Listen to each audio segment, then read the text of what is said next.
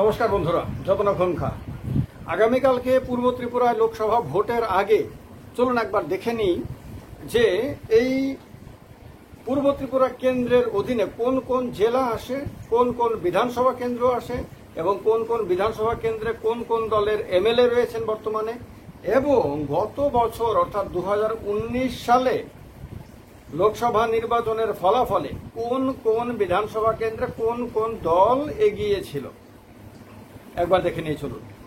প্রথমত হলো আমি খোয়াই জেলার কথা বলবো। খোয়াই জেলার পুরোটাই পূর্ব ত্রিপুরার কেন্দ্রের অধীনে।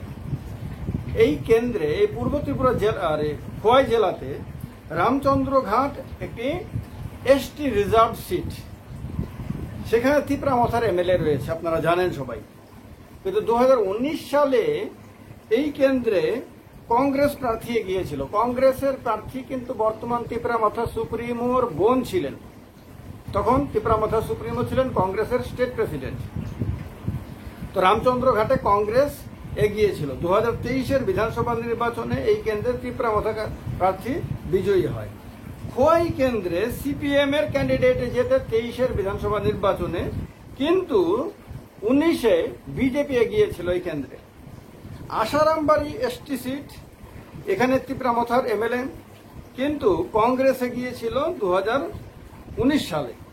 খোয়াই কল্যাণপুর প্রমোদনগর কেন্দ্রটিও খোয়াই জেলার অধীনে এবং সেখানেও বিজেপির এমএলএ রয়েছে, আর বিজেপি এগিয়েছিল 2019 সালে।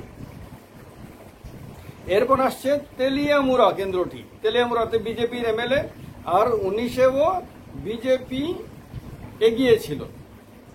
কৃষ্ণপুরেও বিজেপির এমএলএ, আবার বিজেপি 2019-এও এগিয়েছিল। এইগুলি ছিল আপনার খোয়াই জেলার অধীনে। এবার আসছি দক্ষিণ জেলা সাউথ ত্রিপুরা। সাউথ ত্রিপুরার অধীনে ঋষ্যমুখ, জোলাইবাড়ি, মনু, সাবরুম এই কেন্দ্রগুলো রয়েছে, বিধানসভা কেন্দ্রগুলো রয়েছে।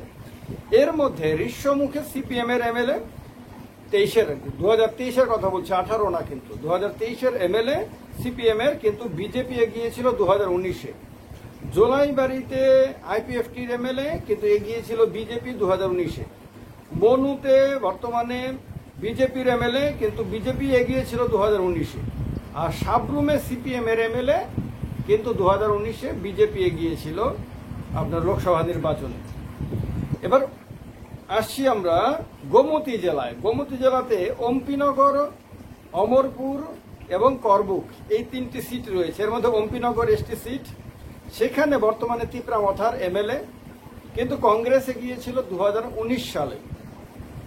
অমরপুর জেনারেল সিট, বিজেপির এমএলএ, বিজেপি এগিয়েছিল 2019 সালে। করবুক এসটি সিট, সেখানে বর্তমানে তিপ্রামথার এমএলএ, আর বিজেপি এগিয়েছিল 2019 সালের লোকসভা নির্বাচনে। এইবার আসছি আমরা ধলাই জেলার রাইমা ভ্যালি, তারপরে আপনার কমলপুর, সুরমা, আমবাসা, করমছড়া, ছামনু এই কেন্দ্রগুলো রয়েছে। এর মধ্যে রাইমা ভ্যালি কেন্দ্রে তিপ্রামথার এমএলএ, বিজেপি এগিয়েছিল 19-এ। কমলপুরে বিজেপির এমএলএ, বিজেপি এগিয়েছিল 2019-এ। সুরমাতে বিজেপির এমএলএ, বিজেপি এগিয়েছিল 2019-এ। আমবাসাতে তিপ্রামথার এমএলএ, কিন্তু বিজেপি এগিয়েছিল 2019-এ। করমছড়ায় তিপ্রামথার এমএলএ, কংগ্রেস এগিয়েছিল 2019-এ। ছামনুতে ভারতীয় জনতা পার্টির এমএলএ, বিজেপি এগিয়েছিল 2019-এ। এবার আসছি আমরা ঊনকোটি জেলাতে। ঊনকোটি জেলাতে পাবিয়াছড়া, ফটিকরায়, চণ্ডীপুর এবং কৈলাসহর এই সিটগুলো রয়েছে। এর মধ্যে পাবিয়াছড়াতে বিজেপির এমএলএ, বিজেপি এগিয়েছিল 2019-এ। ফটিকরায়ে বিজেপির এমএলএ, বিজেপি এগিয়েছিল 2019-এ। চণ্ডীপুরে বিজেপির এমএলএ, বিজেপি এগিয়েছিল 2019-এ। কৈলাসহরে কংগ্রেসের এমএলএ, কংগ্রেস এগিয়েছিল 2019-এ। এবার আসছি উত্তর জেলাতে। উত্তর জেলাতে রয়েছে কদমতলা কুর্তি একটা কেন্দ্র, বাগবাসা একটি কেন্দ্র, ধর্মনগর, যুবরাজনগর, পানিসাগর, প্যাচারথল, কাঞ্চনপুর এই কেন্দ্রগুলো রয়েছে। এর মধ্যে কদমতলা কুর্তিতে সিপিএম এর এমএলএ, কিন্তু বিজেপি এগিয়েছিল 2019-এ। বাগবাসা কেন্দ্রে বিজেপির এমএলএ, বিজেপি এগিয়েছিল 2019-এ।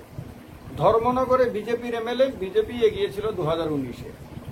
যুবরাজনগরে সিপিএম এর এমএলএ, বিজেপি এগিয়েছিল 19-এ। পানিসাগরে বিজেপির এমএলএ, আবার বিজেপির প্রার্থী এগিয়েছিল 2019 সালে লোকসভা নির্বাচনে। প্যাচারথলে বিজেপির এমএলএ, বিজেপি এগিয়েছিল 19-এ।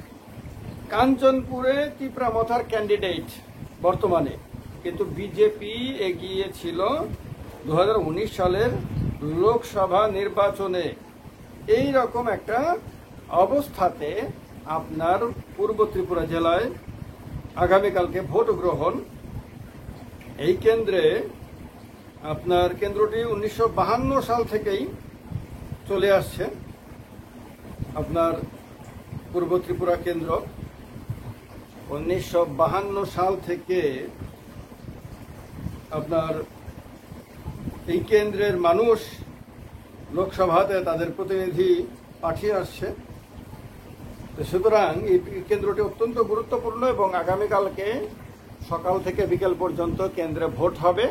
আপনারা সবাই ভোট দিতে যাবেন, যে যেখানেই আছেন না কেন, যার যার পছন্দ মতন প্রার্থীকে ভোট দেবেন, গণতন্ত্রকে মজবুত করবেন। ত্রিপুরা রাজ্যের